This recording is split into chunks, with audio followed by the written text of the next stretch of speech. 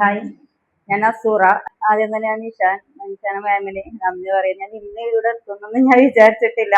എനിക്ക് മൈക്ക് പിടിച്ചിട്ട് സംസാരിക്കാനൊന്നും അറിയില്ല, ആദ്യമായിട്ടാണ് മൈക്ക് പിടിച്ച് അപ്പൊ എന്താ പറയുന്നത്, എവിടെ അവസാനിക്കുന്നൊന്നും എനിക്ക് പറയാൻ പറ്റൂല. അപ്പൊ ഞാൻ കണ്ണൂരിന്നാ വരുന്നേ. ഞാൻ എൻ്റെ ചെറിയൊരു കാര്യങ്ങൾ പറയാം. ഇപ്പൊ രണ്ടാള് വിജയിച്ചവരല്ല പറഞ്ഞത്, ഞാൻ വിജയിക്കാത്തെന്ന് പറയാൻ പറ്റൂല.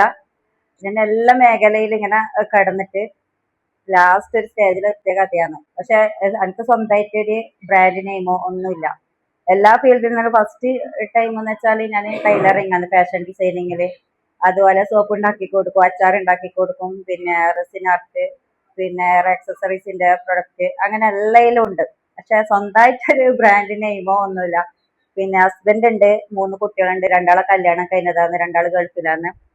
അപ്പൊ ഇപ്പൊ ഞാൻ ചെന്നെത്തിയിട്ടില്ല, ചുരുക്കി പറയുന്നത്.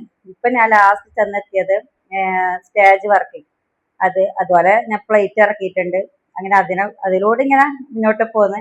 സ്വന്തമായിട്ട് തന്നെ ഒരു ബ്രാൻഡ് നെയിം തുടങ്ങണം, എന്നിട്ട് മുന്നോട്ട് പോകണം. അതുപോലെ ഈ വിജയിച്ചവരെല്ലാം കഥകൾ അറിയണം.